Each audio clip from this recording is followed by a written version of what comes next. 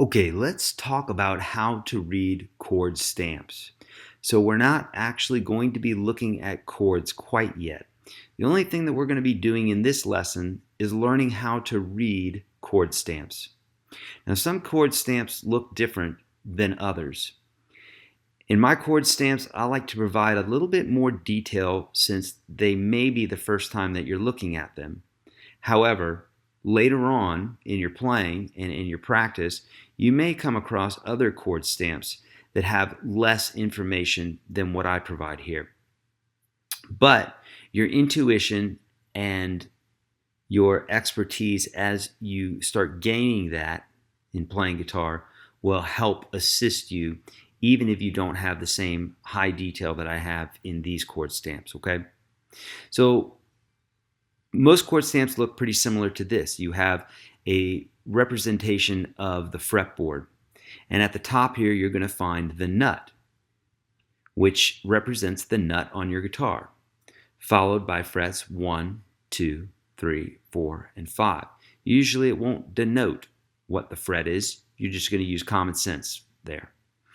These lines represent the strings, and you can see that the strings represented on my chord stamps are actually thicker over on the left and thinner over on the right, just like your guitar.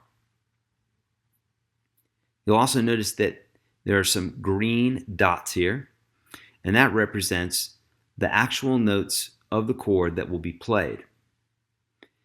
The numbers inside of these green dots represent the finger that will play that chord.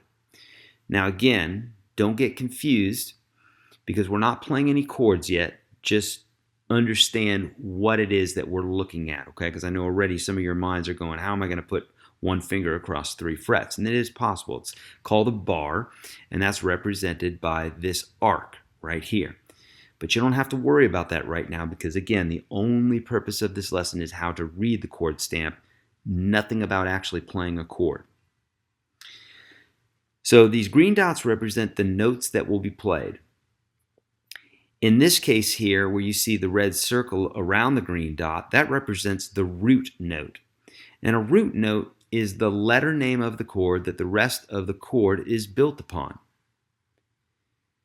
In this case here, we have 2 X's, and this X means don't play the note at all. Don't play that string whatsoever. Means that that note or that string is not going to sound good in the chord. This X here represents a note that could be played. It's optional, but it's usually not played. This chord represented is a D major 7. And a D major 7 chord has an A in it. In fact, this note's an A.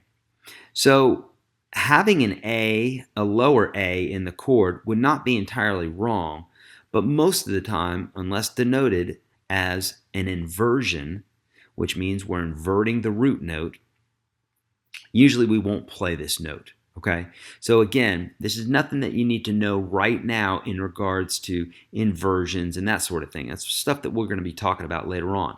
But just know that there is sometimes a reason that I would have this as an optional note. Usually you're not going to play it, but it is optional.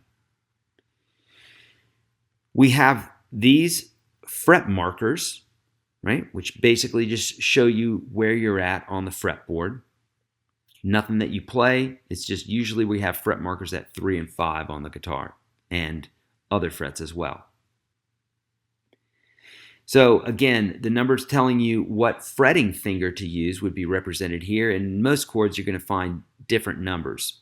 Now, later on, when you run into chord stamps that don't have this, because you're learning the proper protocol, fingering protocol for individual notes and chords, it's not going to trip you up later. But for right now, I want to not leave any stone unturned so you truly understand what it is that you're looking at when you're looking at these chord stamps.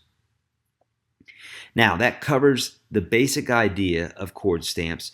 Just rest assured, we're going to get to chords, the technique, and all the rest. Right now, we just want to understand how to read a chord stamp. Now that you know that, you can feel secure in this. If you need to watch it again, watch it again. And otherwise, let's keep going.